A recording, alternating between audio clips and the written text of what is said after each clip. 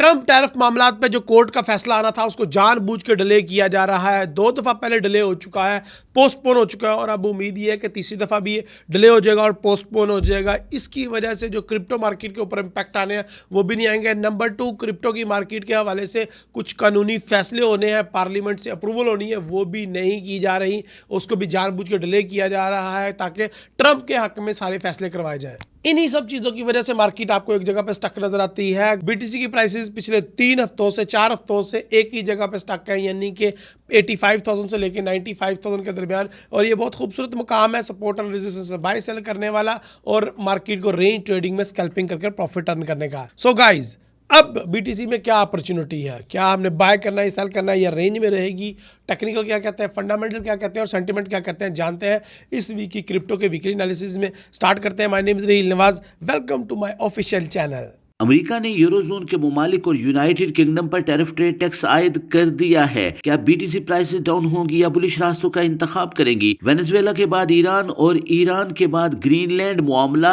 संगीन सूरत हाल इख्तियार कर चुका है। अमेरिका हर हाल में ग्रीनलैंड को हासिल करना चाहता है, जबकि यूरोजोन और यूनाइटेड किंगडम के ममालिक हर हाल में ग्रीनलैंड का तहफ्फुज चाहते हैं। डेनमार्क और यूनाइटेड स्टेट ऑफ अमेरिका के दरमियान इनिशियल बातचीत हो चुकी है, लेकिन कोई नतीजा नहीं निकला। Denmark, Sweden, United kingdom, eurozone के ममालिक, फ्रांस और जर्मनी की अफवाज ग्रीनलैंड में जमा होना शुरू हो चुकी हैं। डोनाल्ड ट्रंप ने इन ममालिक पर 10% टैरिफ ट्रेड टैक्स आयद कर दिया है और धमकी दी है कि अगर मसले को रिजॉल्व न किया गया तो 25% टैरिफ ट्रेड टैक्स आयद कर दिया जाएगा। याद रहे 2025 में भी टैरिफ ट्रेड टैक्स मामला डिस्टर्ब हुआ था और क्रिप्टो मार्केट बुरी तरह मुतासर हुई थी। हाल फिलहाल बीटीसी प्राइसेस $92,000 के आसपास तिजारत कर रही हैं। अगर टैरिफ का मामला मजीद डिस्टर्ब होता है तो बीटीसी प्राइसेस $87,000 लेवल तक ड्रॉप हो सकती हैं।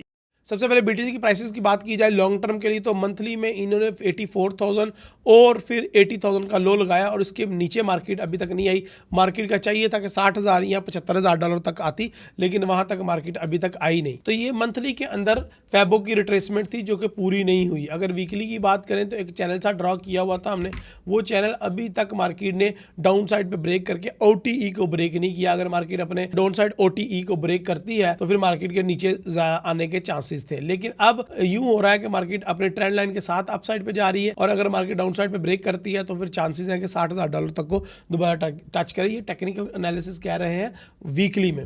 अगर हम डेली की बात करें तो फिर डेली के अंदर मार्केट अपनी रेंज में है। रेंज जो है उसका लो जो है 85,000, जो इसका हाई है वो 95,000 है और अभी भी मार्केट 97,000 को टैप करके वापस अपनी रेंज के अंदर आई है, 90,000 के अंदर आई है। अब यहाँ से क्या करना है, बाय करना है या सेल करना है? देखिए, ये तो एक सिंगल कैंडलस्टिक पैटर्न था जिसकी मदद से मार्केट को हमने सेल करवाया अल्हम्दुलिल्लाह सुम्मा अल्हम्दुलिल्लाह, और बहुत अच्छा प्रॉफिट अर्न किया और अभी भी मार्केट की डाउन साइड पर रैली जारी है और जारी रहेगी। अगर आपने सेल नहीं किया तो आपको बताता हूँ अपने कहाँ से सेल करना है। तो यहाँ पे हमारे पास एक लेवल है, ये ब्लैक कलर की आपको रेजिस्टेंस लाइन नजर आ रही है जो कि पहले भी रेजिस्टेंस थी, अब दोबारा से रेजिस्टेंस है। अब पहले भी मार्केट ने इसको ब्रेक करके अपसाइड पे जाने की कोशिश की लेकिन इतना खास फायदा नहीं हुआ। अब मार्केट जब इसको रिटेस्ट करने के लिए आएगी तो 93,000 से 95,000 के दरमियान आपको एक अच्छी सेल की अपॉर्चुनिटी यहाँ पे मिल सकती है और आपका पहला टेक प्रॉफिट जो होगा वो 90,000 होगा और दूसरा जो है 88,000 और तीसरा और आखिरी 85,000 का प्रॉफिट टेकिंग एरिया होगा। ये है H6 का चार्ट जिसकी मदद से मैं आपको ये एनालिसिस बता रहा हूँ। बाकी अगर हम बात करें H4 की या फिर बात करें H1 की तो सिमिलर ही एनालिसिस बनते हैं बीटीसी के चार्ट पे, क्योंकि बीटीसी की मार्केट कोई खास मूव दे नहीं रही। लेकिन मैं आपको रेंज के बारे में बताना चाहता हूँ।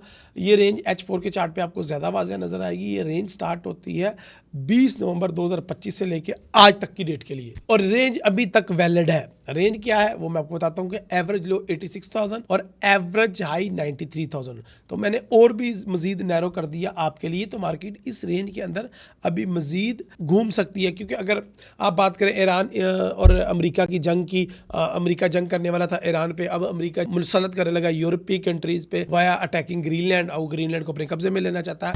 तो उससे भी जो है बीटीसी को कोई इम्पैक्ट नजर नहीं आ रहा, जो कि पीछे इतनी बड़ी जंगें गुजर चुकी हैं। अमेरिका और ईरान का मसला, ले लें, रूस यूक्रेन का मसला ले लें, और इतने इतने मसले हो गए, लेकिन मार्केट ने अपनी रेंज नहीं छोड़ी। तो आगे भी इतने चांसेस नहीं है रेंज छोड़ने के। लेकिन जैसे ही ट्रंप टैरिफ का मसला आता है, जो कि अभी जानबूझ के पेंडिंग किया जा रहा है, जब तक वो नहीं आएगा तब तक ये मार्केट हिलेगी नहीं। उसके बाद जो क्रिप्टो मार्केट के ऊपर लेजिस्लेशन हो रही है, या क्रिप्टो मार्केट के ऊपर नए रूल्स आने हैं, आया ये कमोडिटी है या करेंसी है या क्या है, इस तरह के नए कवानीन बनने हैं, जब तक वो नहीं बन जाते, चीज़ें सारी क्लियर नहीं आ नहीं जाती, शायद ये रेंज ब्रेक ना हो।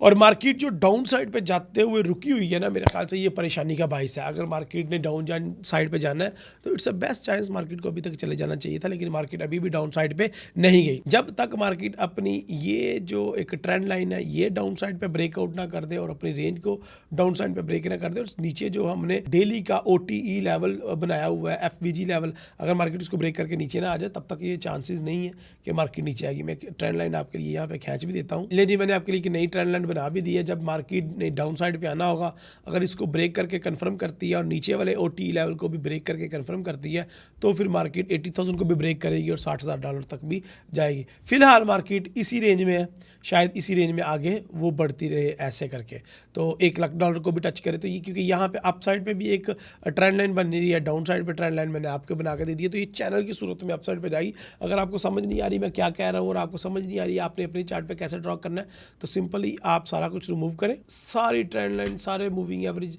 तो यहाँ पे लाइन चार्ट में आके रिग्रेशन ट्रेंड को फॉलो करें और इसको ऐसे अप साइड पे ड्रॉ कर दे, तो ये आपको खुद ही रेंज बना के दे देगा। तो आपको पता चल जाएगा कि मार्केट को कैसे आपने ट्रेड करना है, कैसे आपने point of high, point of control, point of low निकालना है, किस तरीके से ट्रेड करके प्रॉफिट अर्न करना है। तो ये तो BTC के थे क्लियरली और ऑथेंटिक और pure technical, fundamental and sentimental analysis. I hope आपको ये समझ आए होंगे।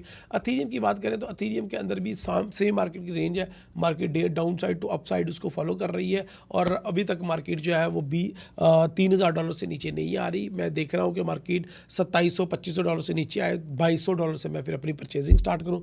अथीरियम के मामले में वही है कि मार्केट अगर जैसे नीचे आती है तो फिर आप अपनी बाइंग स्टार्ट कर दीजिएगा। तीसरी और आखिरी चीज़ ये है कि बाकी जितने भी कॉइन्स हैं, देखें BTC और अथीरियम ये दो मेन लीडिंग इंडिकेटर है, बाकी सब मार्केट इसको फॉलो करती है। जिस तरीके से ये मूव कर रहे हैं, बाकी जितने भी कॉइन्स हैं आपके वैसे ही मूव कर रहे हैं। अगर BTC ने अपसाइड पे ब्रेकआउट किया तो बाकी सारे कॉइन भी आपके जो नैनो कॉइन है या पोंजी कॉइन है या जितने भी कॉइन है वो भी अपसाइड पे जाएंगे, और अगर BTC ने डाउन साइड पे ब्रेकआउट किया तो वो भी क्रैश हो जाएंगे। तो फिर मार्केट में आवाज़ आएगी लाल है, लाल है, लाल है।